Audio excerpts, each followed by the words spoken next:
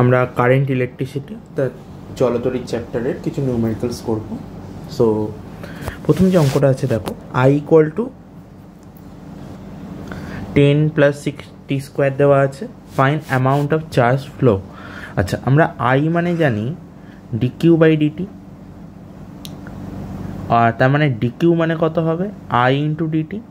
তো এটাকে ইন্টিগ্রেট করতে হবে, আমাকে চার্জ বার করতে বলেছে। তো dq যদি I × dt হয় তাহলে শুধু q পেতে গেলে কি করতে হবে, dq কে ইন্টিগ্রেট করতে হবে।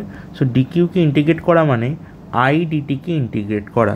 সো আমরা q পেতে গেলে আমাদেরকে ইন্টিগ্রেশন করতে হবে I dt। So integration I মানে হচ্ছে 10 + 60² × dt। আচ্ছা, কত থেকে কত সময় অবধি? 2 সেকেন্ড অবধি। তাহলে স্টার্টিং থেকে 2 সেকেন্ড অবধি।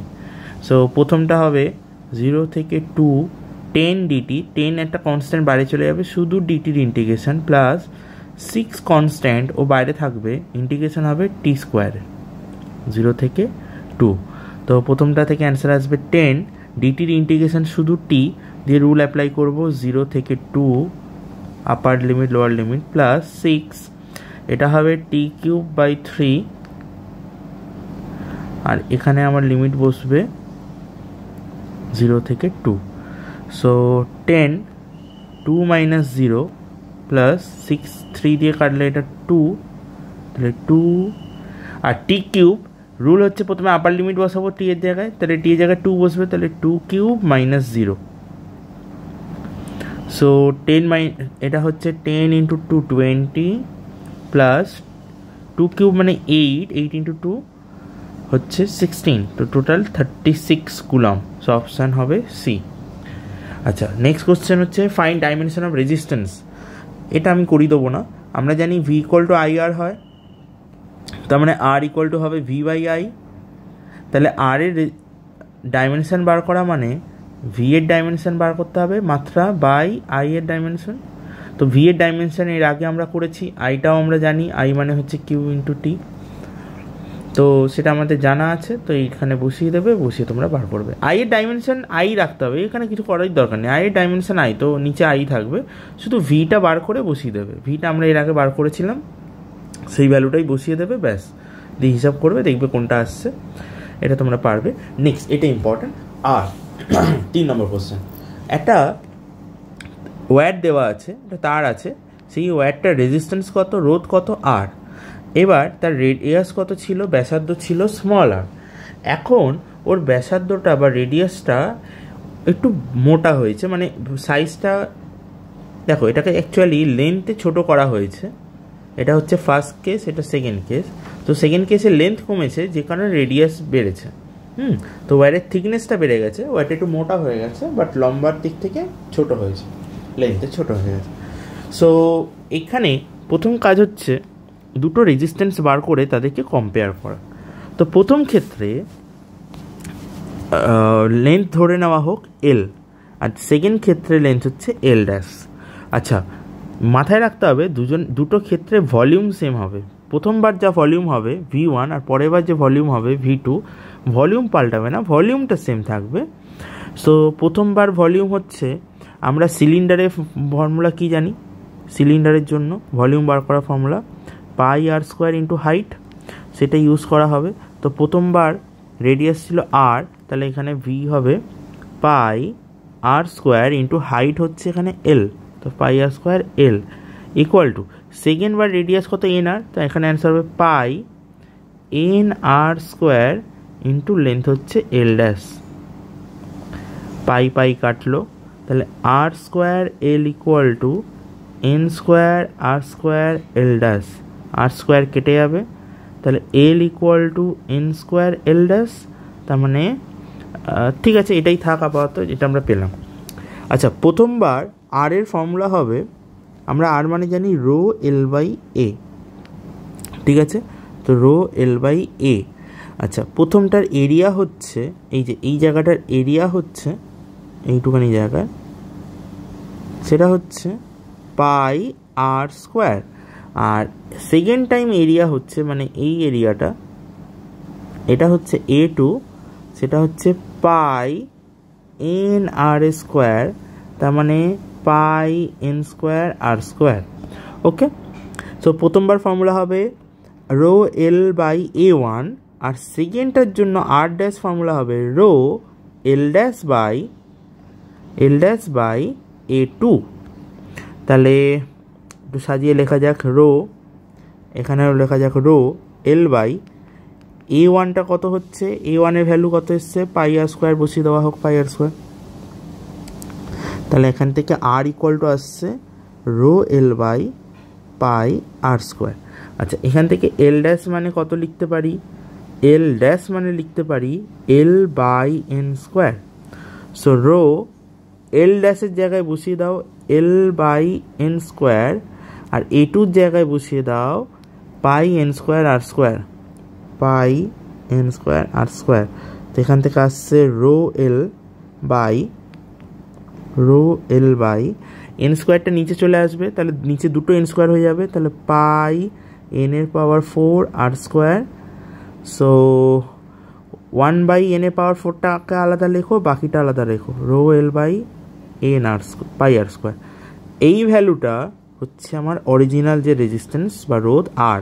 তাহলে আমরা পেলাম 1 বাই এন এর পাওয়ার 4 ইন্টু আর। সো আর ড্যাশটা কত হয়ে গেল, আর ড্যাশ হয়ে গেল আর বাই এন এর পাওয়ার 4, তার মানে অপশান সি। নেক্সট, এই একই লজিকে এই অঙ্কটা তোমাদের জন্য হোমওয়ার্কে দিয়ে রাখলাম, সেম লজিকে অঙ্কটা হবে, তো এটা তোমরা করে নিও। এর অ্যান্সারটা আমি বলে রাখছি, এর অ্যান্সারটা 4R হবে, এটা করে আমাকে দেখি জানিও। এই অঙ্কটা দেখো, বলছে find equivalent resistance between A and D. A আর ডি পয়েন্টের মধ্যে ইকুইভ্যালেন্ট রেজিস্ট্যান্স বার করতে হবে। তার মানে এই পয়েন্টটা আর এই পয়েন্টটা, যখন এই ধরনের অঙ্ক থাকবে যেখানে ব্রাঞ্চ অনেকগুলো থাকবে কিন্তু তোমাকে বলা হচ্ছে এ আর ডি এর মধ্যে বার করতে হবে। এবার একটা জিনিস দেখো, আমরা কারেন্টের ফ্লোটাকে একটু জাস্টিফাই করি যে কারেন্ট কীভাবে ফ্লো হবে। ধরো এ থেকে কারেন্টকে ডি অবধি যেতে হবে, এ থেকে কারেন্টকে ডি অবধি যেতে হবে, তার মানে কারেন্টকে বেকার বি বা সিতে পাঠানোর কোনো দরকার নেই। আমাকে কোশ্চেনে যেহেতু বলেছে এ আর ডি এর মধ্যে বার করতে, তাহলে তোমার টার্গেট হওয়া উচিত কারেন্ট এ থেকে স্টার্ট হবে, কারেন্ট গিয়ে পৌঁছাবে ডিতে। তার মানে বিতে কারেন্ট পাঠানোর কোনো দরকার নেই, সিতে কারেন্ট পাঠানোর কোনো দরকার নেই। নাও তাহলে এ থেকে যে কারেন্টটা বেরোচ্ছে সেটা কিভাবে যাবে, সেটা যাবে হচ্ছে এ থেকে কারেন্টটা এলো, এই পয়েন্টে এসে কারেন্টটার যাওয়ার দুটো রাস্তা আছে, একটা এইদিকে একটা এইদিকে। আচ্ছা, এবার যখন কারেন্টটা এখানটা এসে পৌঁছালো তখনও কারেন্টটার দুটো রাস্তা আছে, একটা বিয়ের দিকে যাবে, একটা এই নিচের দিকে যাবে। তো বিয়ের দিকে তো কারেন্ট পাঠানোর দরকার নেই, তাহলে আমরা কারেন্টটাকে এই দিকে পাঠাবো। সিমিলারভাবে এই দিকে যে কারেন্টটা এসেছিলো এই জায়গাটাতে, এই পয়েন্টে, তার কাছে দুটো রাস্তা ছিল, একটা সি এর দিকে যাওয়ার, একটা এই দিকে যাওয়ার, 10 ওহমের দিকে যাওয়ার। তো আমার তো সিতে কারেন্ট পাঠানোর দরকার নেই, তাহলে ওইদিকে পাঠাবো না, কারেন্ট আমার যাবে হচ্ছে এই দিকে। তাহলে এই পয়েন্টে টোটাল দুটো কারেন্ট এলো, এই কারেন্ট আর এই কারেন্টটা, এরা দুজন অ্যাড হয়ে আবার ডি এর দিকে চলে যাবে। তো এই হচ্ছে আমার ফিগার। তার মানে বোঝাচ্ছে এখানে আমরা এক কাজ করতে পারি, আমরা এইখানে বি আর সিকে পুরোপুরি বাদ দিয়ে দিতে পারি, তাতে কোনো সমস্যা নেই। বি আর সিকে পুরোপুরি বাদ দেওয়া যেতে পারে, কোনো প্রবলেম হবে না। ওকে,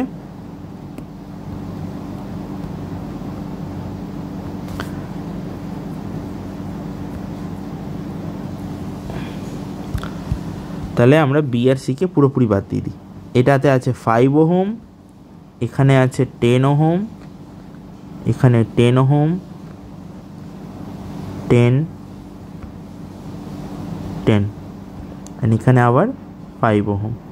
this is D point, this is a point. আচ্ছা, এবার বলো এই দুটো কি কানেকশানে আছে, এইটার সাথে এইটা, এরা দুজন সিরিজ কানেকশানে আছে। ভালো করে নোটিস করো, দে আর ইন সিরিজ কানেকশান। তাহলে আমি এদের দুজনকে সিরিজ করে দিতে পারি। একই রকমভাবে এই দুজনও সিরিজ কানেকশান আছে।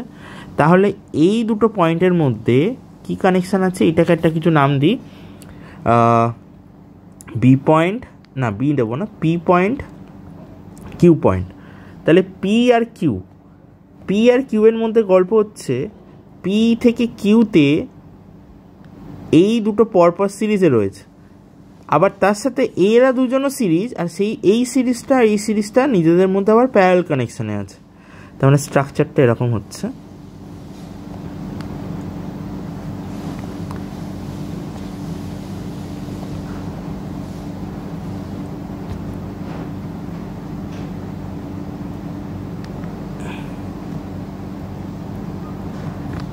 এটা হচ্ছে আমাদের স্ট্রাকচারটা।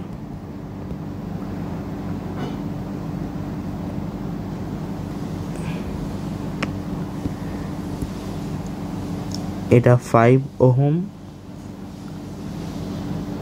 10 ওহম, ও না সরি, এটা তো 10 হবে না, এটা আমরা ক্যালকুলেট করে বলছি কত হবে। এইটা 5, তাহলে এই 5টাকে আমরা লিখে দিলাম, ঠিক আছে, আমরা এই 5টাকে লিখে দিয়েছি। আচ্ছা, এই দুটো 10 সিরিজে আছে, তাহলে সিরিজে থাকা মানে অ্যাড হয়ে যাবে, তাহলে এটা হবে 20। এই দুটো 10ও সিরিজে আছে, এরা অ্যাড হয়ে যাবে 20। এবার এখন এই দুটো ছবি এই 20 কি কানেকশানে আছে, এরা এখন এখানে প্যারালাল কানেকশানে আছে, তাহলে এদের মধ্যে কম্বিনেশন হয়ে তৈরি হবে P point, Q point, D point, A point.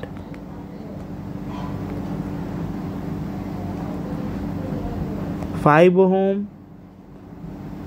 আচ্ছা এখানে 10 আর 10 প্যারালাল আছে, তো দুটো প্যারালাল কম্বিনেশনে সেম ভ্যালু থাকা মানে ওটা অর্ধেক হয়ে যায়। তোমরা হিসাব করে দেখতে পারো এইভাবে 1/r = 1/20, 1/20 করলে দেখবে 1/10 অ্যান্সার আসবে। তো 1/r যদি 1/10 হয়, r = 10। একটা এটা করতে পারো। আরেকটা জিনিস শিখিয়েছিলাম যে যখনই দুটো সেম ভ্যালু প্যারালালে থাকবে, যদি দুটো থাকে তাহলে /2 করে দিতে হয়। যদি 23টে থাকতো তাহলে এখানে 20/3 করতাম। তো যেহেতু দুটো আছে, এটা হয়ে যাবে 10 ওহম। আচ্ছা, এখানে আরেকটা আছে, এখানে একটা 5 ওহম আছে। ওকে, এইবার হচ্ছে কি আমার 10, 5 আর 10। দেখো 10, 5 আর 5 টোটাল 3টে, 5, 10, 5 সবাই কিসে রয়েছে, সিরিজ কম্বিনেশন পরপর।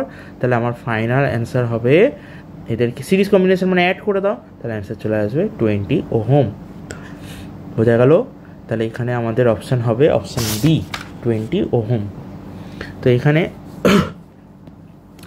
তো এটা হয়ে গেল আমাদের নেক্সট প্রবলেমে এখানেও আমাদের ইকুইভ্যালেন্ট রেজিস্ট্যান্স বার করতে হবে এ আর বি পয়েন্টের মধ্যে।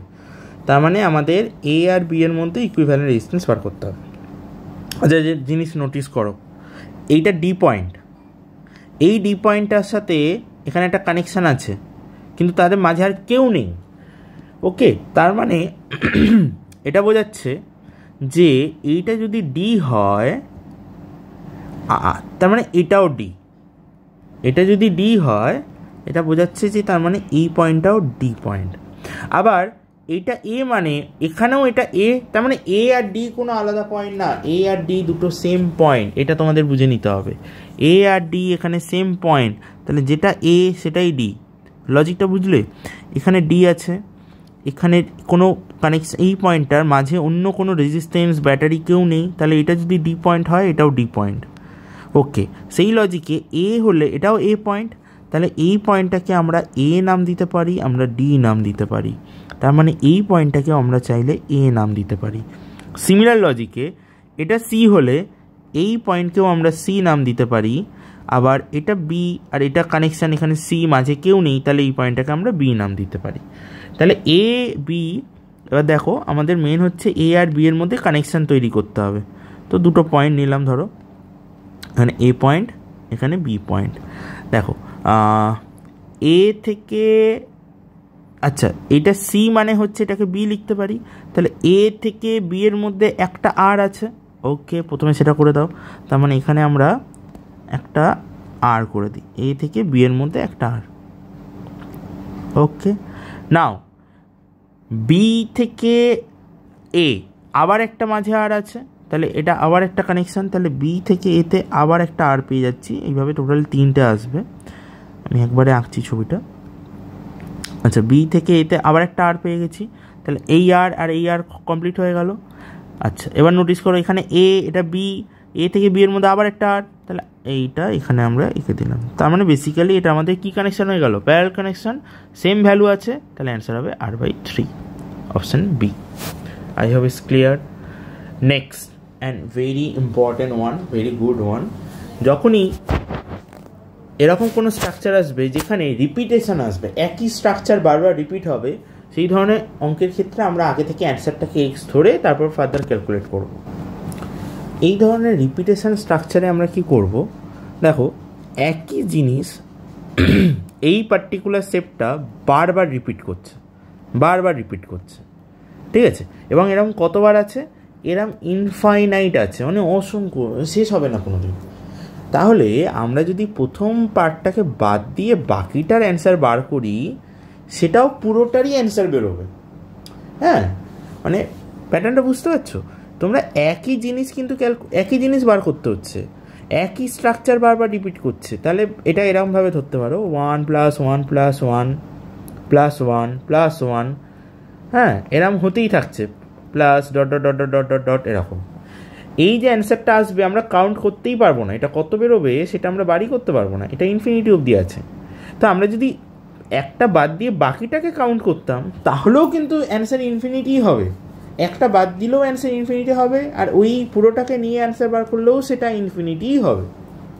সেই লজিকটাকেই আমরা এখানে ইউজ করব, যে আমরা এখানে জানি না যে এটা কতটা অবধি রয়েছে, এটা কতবার রিপিট করেছে, এইসব দেওয়া নেই, শুধু ইনফিনিটি বলা আছে। তার মানে আমরা এই স্ট্রাকচারটাকে এক কাজ করি, আমরা এই প্রথম পার্টটাকে বাদ দিয়ে বাকি পার্টটার অ্যান্সারকে এক্স ধরে নিই, যে বাকিটা সলভ করলে আমার ফাইনাল অ্যান্সার আসবে এক্স, এরকম ধরে নিচ্ছি। তাহলে আমরা চাইছি হচ্ছে এরকম, যে আমরা এটাকে রেখে দেবো, ঠিক আছে? রেখে দিয়ে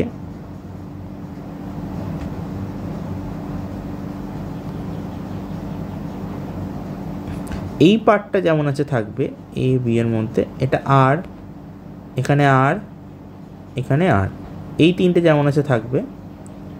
আমরা ধরছি যে এই পুরোটা সলভ করলে হয়তো অ্যান্সার এক্স আসবে, এটা ধরে নিলাম যে অ্যান্সার কত আসবে, পুরোটা সলভ করলে এক্স। তার মানে এইটুখানি সলভ করে যা অ্যান্সার এলো, যদি ওটাকে এক্স ধরে থাকি, এটা কিন্তু বুঝে নিতে হবে যে পুরোটা সলভ করলেও, প্রথমটাকে নিয়ে করলেও অ্যান্সার এক্সই হতো। ওই যে বোঝালাম 1 + 1 + করে, হ্যাঁ, যে 1 + 1 + 1 + 1 এইরকম করতে থাকলে পুরোটার অ্যান্সারও ইনফিনিটি হবে, একটা বাদ দিয়ে কাউন্ট করলেও অ্যান্সার ইনফিনিটিই হবে।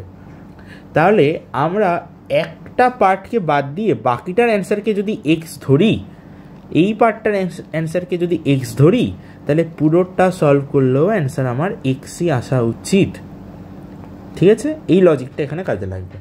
আচ্ছা, এবার বলো, এই পার্টটাকে আমরা এক্স ধরে নিয়েছি, ঠিক আছে, এই এক্সের সাথে এই আরটা কি কম্বিনেশনে আছে? নেক্সট ছবি, এই এক্স আর আর এরা নিজেদের মধ্যে কি কম্বিনেশনে আছে? যদি ভালো করে নোটিস করো, এখানে দেখতে পাবে এদের দুজনের মধ্যে কম্বিনেশন হচ্ছে প্যারালাল কম্বিনেশন, এক্স আর আর এর মধ্যে। এই যে এইটার সাথে এইটা প্যারালাল কম্বিনেশন। তো প্যারালাল কম্বিনেশনের অ্যান্সার কীভাবে বার করতে হয়? তো 1/r = হবে 1/x + 1/r, এলসিএম করো, এক্স আর আর প্লাস এক্স, 1/r = তাহলে r = কত হবে? xr/r + x। তাহলে এইখানে যে ভ্যালুটা এলো, সেই আরটা কত এলো? xr/r + x। নাও এইবার এই তিনজন কি কম্বিনেশনে আছে? এই তিনজন পরপর কানেক্টেড, তাই তো? তার মানে এরা হচ্ছে সিরিজ কম্বিনেশন। তাহলে এদের থেকে অ্যান্সার কত আসা উচিত? আর প্লাস ক্যাপিটাল আর প্লাস আর, এটা অ্যান্সার আসা হচ্ছে। আর পুরোটার মধ্যে যে অ্যান্সার আসবে, প্রথমেই বলেছিলাম পুরোটার মধ্যে অ্যান্সার আর এইটুকানির যে অ্যান্সার দুটোই সেম হবে। তো আমরা এই পার্টের অ্যান্সারকে কত ধরেছিলাম? এক্স। তাহলে পুরো পার্টেরও অ্যান্সার কত আসা উচিত? X.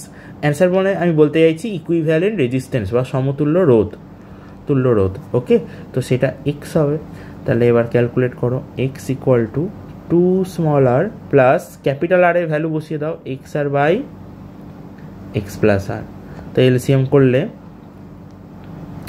2xr + 2r² + xr x + r x, cross multiply করে দেওয়া হোক, ক্রস মাল্টিপ্লাই করলে x square plus x R equal to 3xr plus 2r square. সবাইকে একদিকে নিয়ে আসো, এক্স স্কোয়ার মাইনাস, এটা এদিকে চলে আসলে মাইনাস হবে, তো মাইনাস 2xr, এটাকেও এদিকে নিয়ে আসো, তো minus 2r square equal to 0।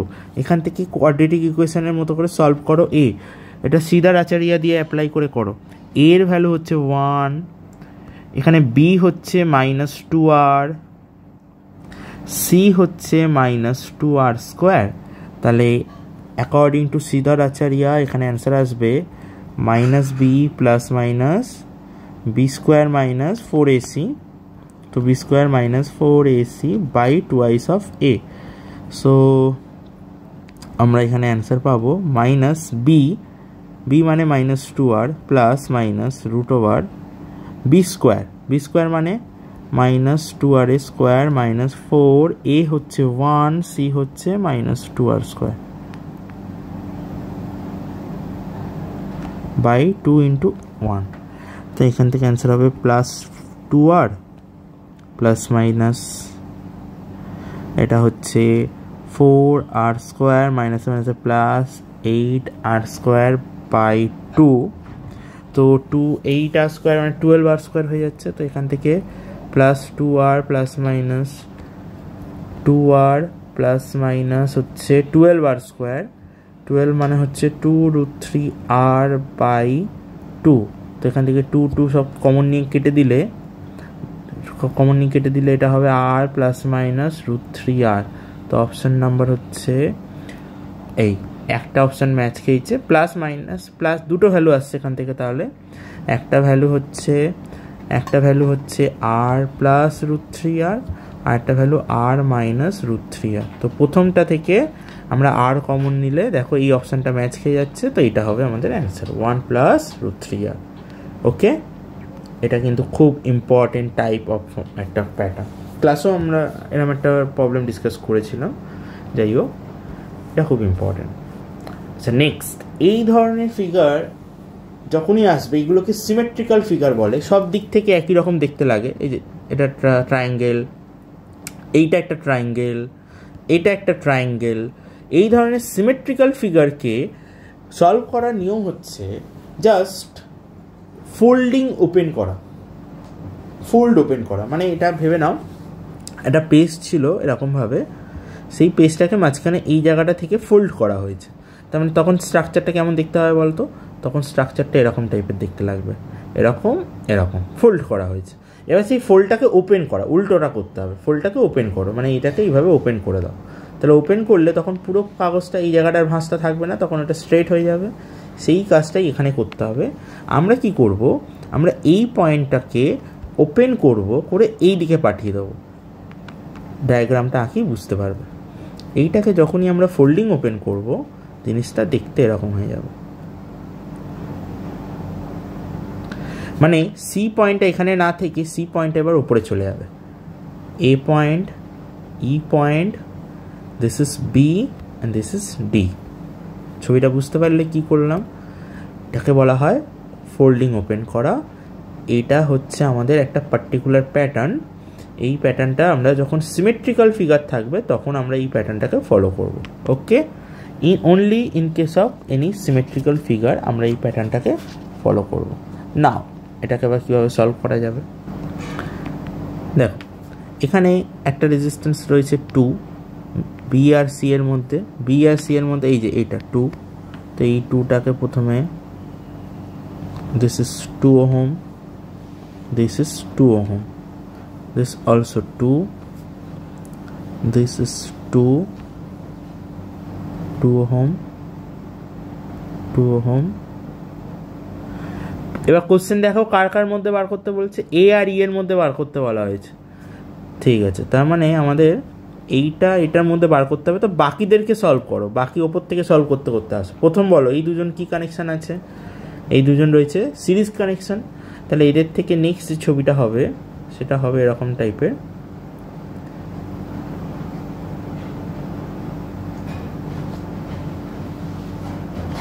এই 2 আর এই 2 সিরিজে রয়েছে, তাহলে 2 + 2 মিলে অ্যান্সার হবে 4।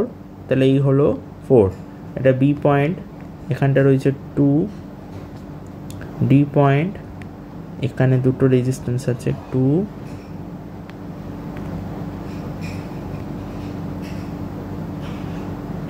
আর এইখানে যে 2 আর 2 আছে এই দুটো 2 একসাথে কম্বাইন হয়ে 2 + 2 অ্যান্সার হয়ে যাচ্ছে 4, series connection. Okay, I think এতটা বুঝতে পারলে।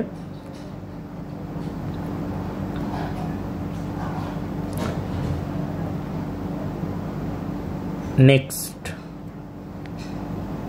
হচ্ছে এই 4 আর 2 এরা নিজেদের মধ্যে কি কানেকশানে আছে, এরা নিজেদের মধ্যে প্যারালাল কানেকশানে আছে। তো 4 আর 2 এর প্যারালাল কানেকশানে অ্যান্সার হবে, নিজেরা সলভ করে নেবে, 4 × 2/4 + 2 6, তার মানে 8/6, দ্যাট ইজ 4/3, অ্যান্সার আসবে 4/3। ঠিক আছে, ক্যালকুলেট করে দেখে নিও প্যারালাল কম্বিনেশনের রুল অ্যাপ্লাই করে। তাহলে এদের দুজনের মধ্যে যখন আমি কম্বিনেশন বার করব তো আমার তখন অ্যান্সার আসবে প্যারালাল কম্বিনেশন 4 আর 3 থেকে 4/3 ওহম। আর এখানে থাকছে, এখানে একটা 2 ওহম আছে, দিস ইজ 2 ওহম, অ্যান্ড এখানেও আমাদের একটা 2 ওহম আছে, মাঝে আছে 4 ওহম। এ ই বি ডি। নাও দেখো এই 4, 2 আর এই 2 প্রত্যেকে রয়েছে সিরিজ কম্বিনেশনে, তাহলে এরা অ্যাড হয়ে আমার তাহলে অ্যান্সার জেনারেট হবে যেটা, সেটা হচ্ছে এইটা তো 2 রয়েছে, এ ই, এই 2, এই 4/3 আর এই 2 সিরিজ কম্বিনেশন, তাহলে এদেরকে জাস্ট অ্যাড করতে হবে। তা 2 + 4/3 + 2, দ্যাট মিনস 4 + 4/3, 4 কমন নিলে 1 + 1/3, তার মানে 4 16/3, এখান থেকে অ্যান্সার আসছে 16/3। ঠিক আছে, তাহলে আমার এটা চলে এলো 16/3। নাও লাস্ট অ্যান্সার নোটিস করো, এখানে এখনও কানেকশান, কিন্তু এবার নেক্সট কানেকশান কিভাবে আছে। নেক্সট হচ্ছে এরা দুজন, দেখেই বোঝা যাচ্ছে প্যারালাল কম্বিনেশন, তাই হবে। তো প্যারালাল কম্বিনেশনে অ্যান্সার হবে লাস্ট অ্যান্সার। তাহলে আর ইকুইভ্যালেন্ট বার করার জন্য আমরা 1/r ইকুইভ্যালেন্ট রুল ইউজ করবো প্যারালাল কম্বিনেশন। তো 1/16/3 + 1/2, সো ইট কামস আউট 3/16 + 1/2, নিচ থেকে এটা 16 হয়ে যাবে, 3 + 8, সো 3 + 8 11/16। কিছু একটা ভুল হলো মনে হচ্ছে, ও সরি, এইটা 4 ছিল, এটা 4 ছিল, নট 2, তাহলে এটা 4 হতো, তাহলে এখান থেকে 7/16, 1/r ইকুইভ্যালেন্ট 7/16, তার মানে r ইকুইভ্যালেন্ট হচ্ছে 16/7 ওহম, তার মানে এখানে হচ্ছে 16/7 ওহম।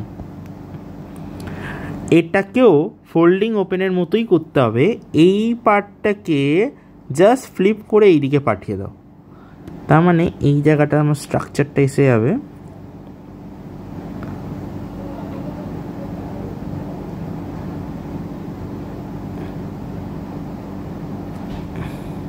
এটা এ পয়েন্ট, বি পয়েন্টটাকে ওইদিকে পাঠিয়ে দাও, মানে বি এর লাইনটাকে এইদিকে পাঠাও, এ এর পুরোটাকে ওইদিকে পাঠাও ফোল্ডিং ওপেন করার মতো। তাহলে আমার এখানে স্ট্রাকচারটা আসছে, দেখো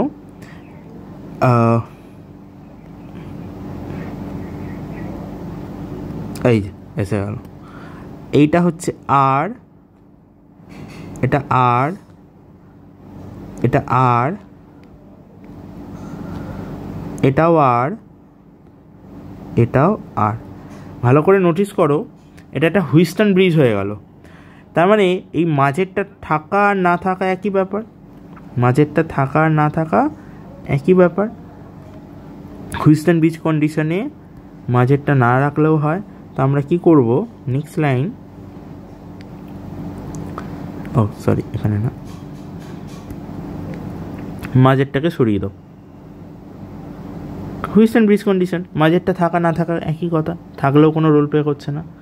এবার দেখো এই দুটো কি কানেকশান হচ্ছে, সিরিজ, এই দুটো সিরিজ, তাহলে এদের মধ্যে কত অ্যান্সার হবে? তাহলে এ আর বি এর মধ্যে এখন দুটো কানেকশান পাবো, এক উপর দিকে একটা সিরিজ আর আর আর, এরা দুজন কম্বাইন হয়ে হবে 2R, একই রকমভাবে নিচের এটা কম্বাইন হয়ে 2R, এটা এ পয়েন্ট বি পয়েন্ট, তাহলে 2R কি কম্বিনেশন হয়ে গেল? প্যারাল কম্বিনেশন, তাহলে এদের থেকে অ্যান্সার আসবে, তাহলে ফাইনাল অ্যান্সার হবে 2R/2, that is only R, option C. প্রত্যেক কটা সিমেট্রিক্যাল ফিগারে ডায়াগ্রাম আছে, যখনই সিমেট্রিক্যাল ফিগার ডায়াগ্রাম থাকবে ফোল্ডিং ওপেন করার মতো করে করতে হবে। আচ্ছা, এটাও কিন্তু এটা হোমওয়ার্ক থাকবে, ভালো করে দেখো। হুইস্টন ব্রিজ বলে দেওয়া আছে, প্রথমে এই দুজনের আগে প্যারাল করে নিতে হবে, যেটা আসবে তার সাথে আমি হুইস্টন ব্রিজ কন্ডিশন ইউজ করব, যে পি কিউ, আমার ফর্মুলা হচ্ছে P/Q = R/S, এটা হচ্ছে আমাদের এস, এই দুটো কম্বাইন করে আমার হবে আর বা কিউ, এটাকে Q, this is P and this is R. সেটা আফটার এই জায়গাটা কিন্তু আগে তোমাদের সলভ করে নিতে হবে, এই জায়গাটাকে প্যারাল কম্বিনেশনে সলভ করে নাও, সেটাকে কিউ ধরবে, ঠিক আছে, এটা পি ধরবে, এটাকে আর ধরবে, এটাকে এস ধরবে, ধরে এই হুইস্টন ব্রিজ কন্ডিশনে জাস্ট পুট করবে, দিয়ে হুইস্টন ব্রিজ কন্ডিশনে পুট করলে তোমরা এক্স এর ভ্যালু পেয়ে যাবে। এটা হোমওয়ার্ক দেওয়া রইল। নেক্সট অঙ্কটা করাই। দেখো একটা বাল্বের রেটিং দেওয়া আছে 220 ভোল্ট 100 ওয়াট, তার মানে বাল্বটার অরিজিনালি কত ভোল্টেজে কাজ করার কথা? 220 ভোল্টে। কত পাওয়ার বাল্বের? 100 ওয়াট, ঠিক আছে। এবার আমরা পাওয়ারের ফর্মুলা ছোটোবেলায় পড়েছিলাম যে পাওয়ার = হয় V²/R, তাহলে এখান থেকে আমরা আরটা বার করতে পারবো, যে বাল্বের রেজিস্ট্যান্স কত, সেটা আমরা V²/P করতে পারি। এবার বাল্বটা অরিজিনালি কত ভোল্টে কাজ করার কথা? 220, তাহলে এখানে হবে V² মানে 220 স্কোয়ার, ঠিক আছে, বাই পাওয়ার হচ্ছে 100, তাহলে এখান থেকে এটা যদি অ্যান্সার করা হয় 4400/100, তার মানে 40, সরি ভুল লিখলাম, এটা 22 × 22 484 হয় বোধ হয়, 48400, তাহলে রেজিস্ট্যান্স হবে, বাল্বটার রেজিস্ট্যান্স 484। এখন এবার দেখো বাল্বটাকে কত কানেকশানে দেওয়া হয়েছে, বলছে নতুন পাওয়ার কত হবে, বাল্বকে কানেক্ট করা হয়েছে 110 ভোল্টে, তাহলে new power = new voltage by resistance, কখনো পাল্টাবে না, এটা বাল্বের রেজিস্ট্যান্স একই থাকবে, পাওয়ার আর ভোল্টেজ পাল্টাতে পারে। তো এটা এখন 110 দেওয়া হয়েছে, তাহলে 110 স্কোয়ার বাই 484, সো 11 × 11 × 100 বাই 484, 11 44, 11 4 4 দিয়ে 125, so we get power 25 watt. তাহলে নতুন বাল্বটার এখন পাওয়ার কত? তাহলে বাল্বটা অরিজিনালি যদি 220 ভোল্টে থাকে তাহলে কত পাওয়ার হবে? 100 ওয়াট, কিন্তু বাল্বটাকে কত কানেকশানে দেওয়া হয়েছে? 110 ভোল্টে কানেক্ট করা হয়েছে, তাহলে বাল্বের পাওয়ার কিন্তু অনলি 25 ওয়াট হবে। এই লজিকে, এই ফর্মুলার উপর বেস করে এটা তোমাদের আরেকটা হোমওয়ার্ক প্রবলেম, এটা তোমরা সলভ করে দেখিও। এটার জন্য ক্লাস 11-এর এরর ক্যালকুলেশনের যে টেকনিকগুলো ছিল, সেই এরর মেজারমেন্টের কনসেপ্টটা কাজে লাগবে। ডেল বার করা, চেঞ্জ বার করা, এটা তোমাদের হোমওয়ার্ক প্রবলেম, এটা তোমরা করো। অ্যান্ড মোটামুটি অনেক কিছু ডিসকাস হলো, আরও যা যা টপিক রয়ে গেল সেটা আমরা এরপরে আবার কোনো ভিডিওতে ডিসকাস করব। ওকে, সবাই এটা নোট ডাউন করে নিও, আর কোনো ডাউট থাকলে আমাকে জিজ্ঞাসা করো অবশ্যই। Thank you.